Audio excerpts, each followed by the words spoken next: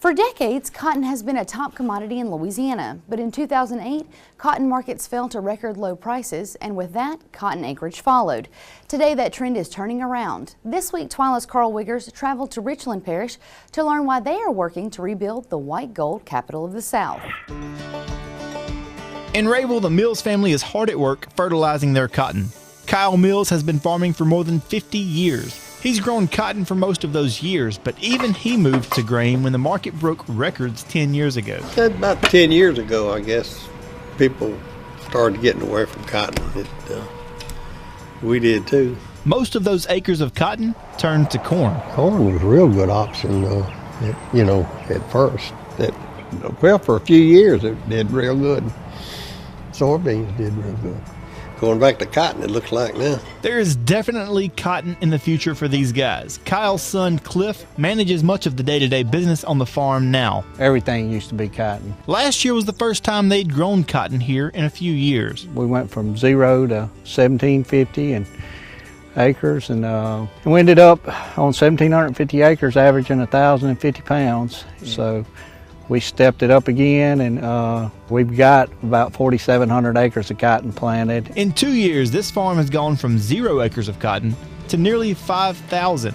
All of these acres returning to cotton looks great for the cotton industry. However, the infrastructure that the cotton industry depends on has been suffering. This will be my 32nd year to run a gin. Tom Calloway is the general manager here at the only gin remaining in Richland Parish. This year will be one of the largest years we've ever had here at Rayville Producers Incorporated. One reason Calloway is preparing for that high volume is because of the increase in cotton acreage this year. Last year we had close to 140,000 acres. This year we could have, as the USDA reports, close to 200,000 acres. This gin is where almost a quarter of those cotton acres will come to. We're right now at 48,000 acres. We could be looking anywhere from, 80 to 125,000 bales. In the year 2000, this cotton had other gins it could go to. That year, Louisiana had 56 gins to handle more than 800,000 acres of cotton.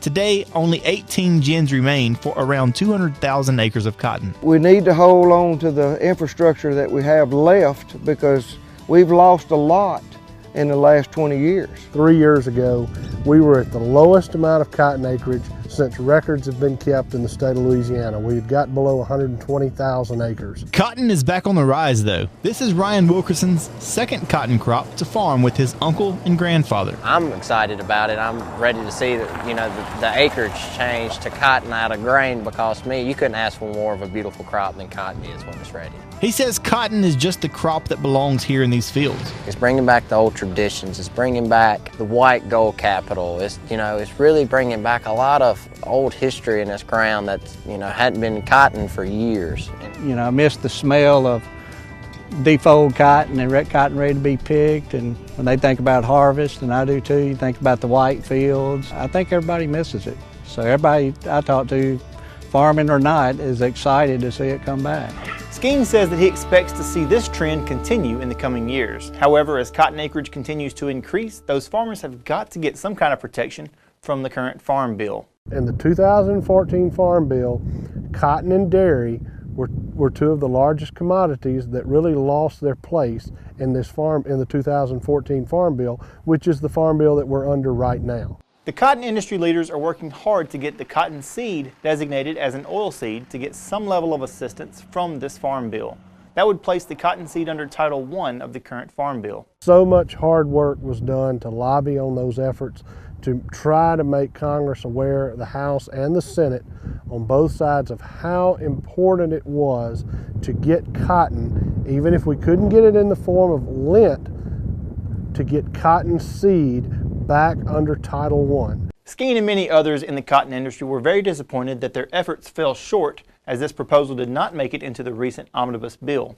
To learn more about this proposed cotton seed policy, head over to our website at twilatv.org. And Kristen, I've told people all the time that I'm from a farm, and when they ask what kind of farm I'm from, sometimes out of habit, I still tell them I'm from a cotton farm. My dad hadn't grown cotton in 10 years, and so it's really exciting to me to see cotton coming back and making a resurgence into the industry. The first fall that I worked here, I will never forget the first cotton harvest story that I went on, and it was the most beautiful sight I think I've ever seen, and still to this day one of my favorite stories. So I always love it when it's cotton harvest time. Me too.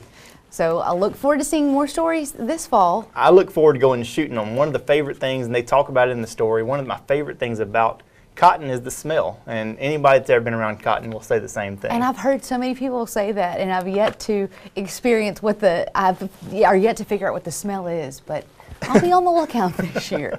Karl Wiggers, thanks.